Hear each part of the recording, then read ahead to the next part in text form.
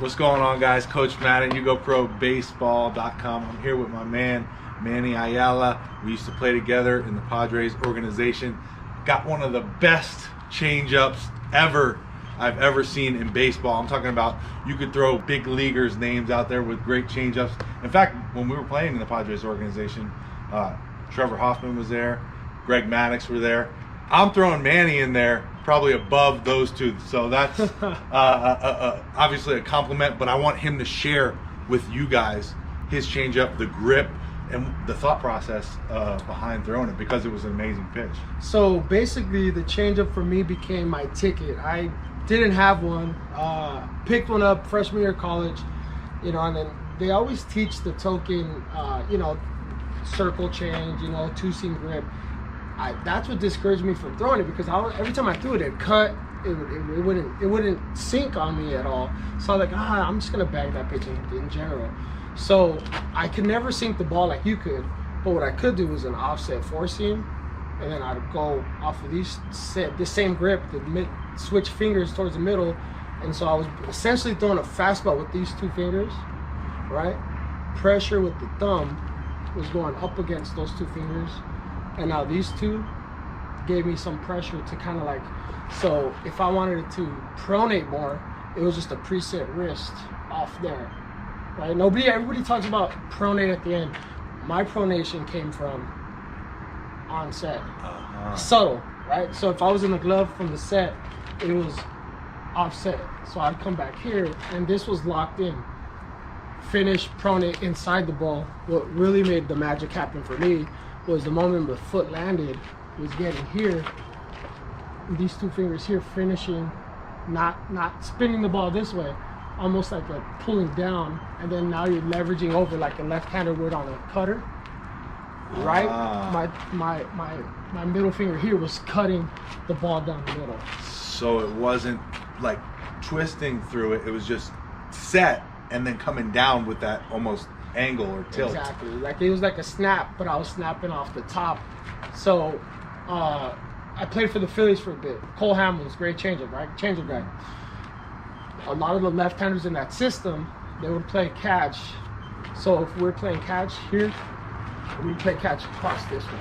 So now that would force me to throw the ball, stay inside of the ball. It's very easy for right-handers to do. You're saying playing catch like this? So if we're standing here, a lot of guys will have trouble keeping the ball straight. You want to hook stuff, right? So you start playing catch, and we offset each other this way. So to warm up, play catch with it. When you're trying to get acclimated with it, you come here, and now it forces you to finish out in front one, and then pronate. So my body's facing this way, but you're trying to hit me here. Right, and that's something I saw them do, and I'm like, that makes perfect sense to explain to someone when they're trying to learn how to throw. Get comfortable being inside the ball, not throwing a cutter or a curveball where you're coming across or pulling it from the other side.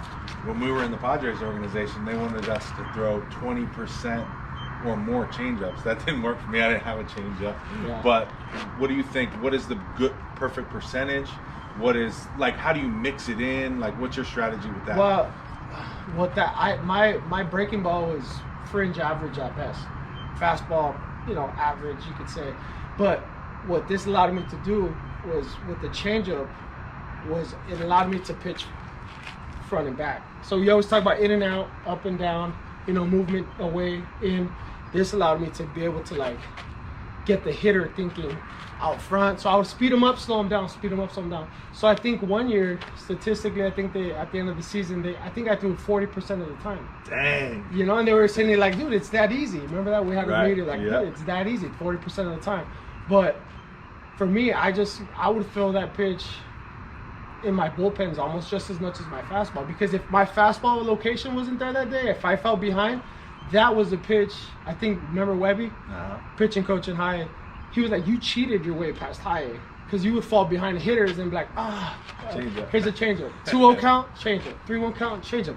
But here I am playing professional baseball, but I'm like, I got this thing in my back pocket that I can bring out, not just in a strikeout count or a 2-strike count, but it's like, I'm behind the count. Let me just erase those first two pitches that I fell behind and bail myself out. So it's important to understand that if you could throw that for a strike, you don't have to show your fastball as much. Right. You know? And having the confidence to throw it for a strike in those counts, because those are fastball counts. Exactly. For the hitter, So that 2-0, 2-1, they're looking for a fastball, and if you got a good changeup that you can trust and throw in the zone. That eliminates that big inning. That eliminates the letting the best hitter in that lineup get to you. Yeah. If you will. I don't know if you remember, I'd give up a solo jack, leadoff home run, a 2-run jack, and then I always avoided the big innings. Yeah. You know, I didn't like base runners. Matter of fact, I hated pitching from the stretch because of that reason. Is there anything like mindset wise that you had, like, because for me, I know, like, I would lose my slider sometimes. I would lose even the consistency on my sinker sometimes.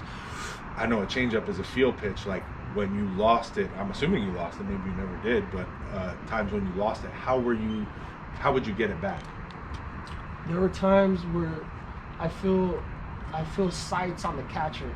So there was times when my changeup was on, I'd focus if I wanted it down and away, I'd focus my sight on like the middle of the chest, start it here, and then break it down and away. So I always keyed in on the sight on the catcher, right? So it was either face mask, knee, or if I started at the knee, I knew I was gonna bury it. If I started face mask, I knew I was throwing it for a strike. And if I started, mid of the catcher's gear, I knew I was playing with the other quadrants of the zone. So for me, it was always sight.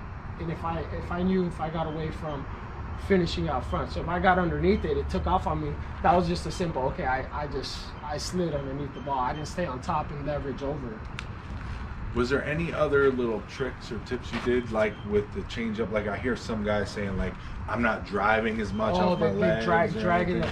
To be honest, for me, I feel like that was the biggest thing was taking speed off of the ball was finger pressure. I think the first changeup grip that I learned was just a three finger split, and that thing would tumble. But then pitching coach at the time was like, yeah, that's a great movement, but if that guy goes back to the dugout and says that thing tumbled, now you just tipped yourself. Hey, if it's tumbling, you just know what it is. So then that's when I went to the forcing grip here, and then I everything I threw was off of the forcing grip. Even my fastball had a little bit. I don't know if we played catch much back in the day, but I had a sideways. It wasn't a true over the top. Yeah. You know what I'm saying? Yeah, I remember that. Now, what about like arm speed? Because I hear a lot about coaches teaching the changeup and stuff like that. Don't slow your arm down. You know, how does that? For me, that always never made sense. But again, I never had a great changeup. So what didn't make sense? Slowing down with the pitch? No, they say don't slow your arm down. They say keep the same arm speed on the changeup. And I get it because you want the deceptiveness, but I think in all reality, you kind of have to slow down to throw it slower. I don't know. I think a lot of the strides I made with that pitch were done in the bullpen, and I think finishing that pitch, really having to get out in front, getting to hear it, really, because this pitch doesn't do what you want it to do unless you get to this point. Because you could do back here and turn it over here, but then it's gonna run. You know, to keep the hitter on it and get him to get out in front and be aggressive with it, he's got to see flat fastball, and then the bottom's got to fall out. Right. You have to. So for me, it's like you got to be aggressive at this point. Right, you can't be fast and then start slowing down to here, because that's gonna give you good here. But what I think what made my changeup, what got me to where it got me, was the fact that it wasn't what it was doing here; it's what it did, what the hitter committed to out there, and then what he did. Right. You get what I'm trying to say? I wasn't even trying to get contact with it. I wanted to swing and a miss with it. That's why I thought to myself, if the guy got good wood on it, but it was an out, I was unhappy about that.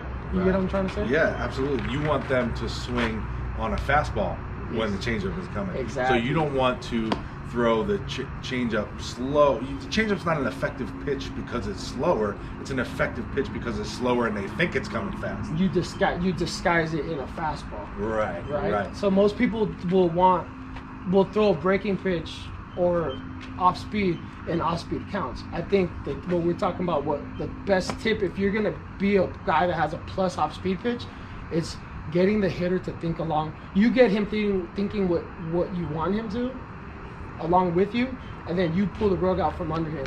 And as soon as you see that one swing where it's like, oh, it's a wrap. The next at bat, now you can reverse script exactly the opposite, because he's going to be trying to guess now. Once you get a hitter guessing, you should be able to pick up on that, and it's I mean, you remember it was like, oh, you're not even. Actually, you probably don't, because you just throw that same thing on everybody. It's the same thing as you, though. Like we were talking about, like we had a weapon. I had the sinker, you had the changeup. It's a weapon, something that you have that you can use and can benefit you. You want to have that. You want to have something that you can use to get those guys out. I think that the biggest thing is identifying what that weapon is, and then developing that weapon. Right? Like if somebody said this guy can't hit a fastball, I'm like, I think he could hit my 88 mile per hour fastball though. I think he can handle my fastball. But if a guy said, hey, this guy hits the changeup ball, I'm like, I'll take my chances with my best pitch in my arsenal. Right. You know what I'm trying to say? And always sticking with kind of your sequencing has to be on point. You have to know if you're gonna go back-to-back changeups, you gotta come hard in, and you gotta go like it has to make sense with the sequencing. I see too many pitchers now, even in the big leagues now, and they're throwing stuff, and it's like they're just whatever the catcher's putting down, they're just like okay, yeah, and like you don't see guys like Maddox, guys that we grew up watching that like they were executing, they were playing the mental game and they were doing the physical thing at the same time. Right. Now, what about 0-2, 1-2 throwing the changeup? Now is different. I'm assuming from 2-0, 2-1, same pitch, but what is your philosophy of like trying to get that swing and miss or expanding the zone in that count to get him to swing? Were you a big guy to throw the changeup 0-2, 1-2 or? Basically, it was a lot of left-handers. Remember, they in professional baseball, they'd stack a bunch of lefties. If you're right-handed, they'd try to put the lefties. I hate that. I love that. I'd go to the line and be like, one lefty, two lefties, switch, four lefties, five lefties today? Oh, that means today's a strikeout day for me. In the Cal League, they did that all the time. They would stack the lefties, or what I hated even worse, which you probably love, was that they alternated lefty righty, lefty righty, lefty righty, and I hated that. It just took because it got me in a funk. Yeah, you couldn't get comfortable. Yeah. See, I think as far as that goes, though, lefties for me was like we played some great left-handed hitters, a lot of them, and I would be like runners on base, hit lefty on deck. I think I'd rather face the lefty on deck than face a big right-handed hitter. You get what I'm trying to say? Yeah. Like I was always trying to get to that lefty because I could sequence with them. I could start them off a ball one, but hard up in here, and now I could throw 3 changeups in a row and know that, like whatever the count ends up, whether it be 2-1, 1-2, now I could come back hard in if I want to. Like, you know what I'm trying to say? Like sometimes I would set myself up to throw a fastball by just flashing the changeup so much, but ultimately I feel like pitching reverse though, it's not for everybody. Let me just say that it's not for everybody though. It's not. You could get in trouble trying to do that. You know what I mean? I think I was one of those guys that probably half our teammates were always like, I don't know why and how he does it, but it seems to work, right? But I feel like it was the command of it, and then also the action I got on it. And the deception too. Exactly. It was just nasty. It was a nasty changeup. It was like that pitch where you see the pitcher throw it, like from my perspective in the dugout, you see him throw the ball and you see these guys taking big hacks like this far above the ball, and it was just like, I want to throw that pitch, and I of course tried, and a lot of people tried to throw your changeup, but it's just something that you were able to develop and make a weapon. So it's really cool. It's really cool, especially now we're here in Chino Hills, California, and you grew up a little bit closer to LA, and like we just had a bunch of kids out here today, and it's cool to kind of see, like, and maybe some of these kids might be watching this, like you can, this is, we were both young kids at one point, and absolutely, and had this goal and this dream and aspirations of playing professional baseball, and you came from around this area and were able to make it. So I think that's kind of like could be motivation for some of these guys. Absolutely. I just think if you love something, I think John and I could definitely say that, if you love something, you become obsessed with it. You know what I mean? Like you gotta have to just have that drive to be hungry for learning new things or like mastering things. Like don't move on to the next thing until you got one of these things down. You know what I mean? Like that's the best advice I think I could give a kid, is just stick with it, keep working hard, and definitely you gotta love it. You know what I mean? You have to have a passion for it. From here, you see where I'm at here? This was the point where, where you snap off a slider.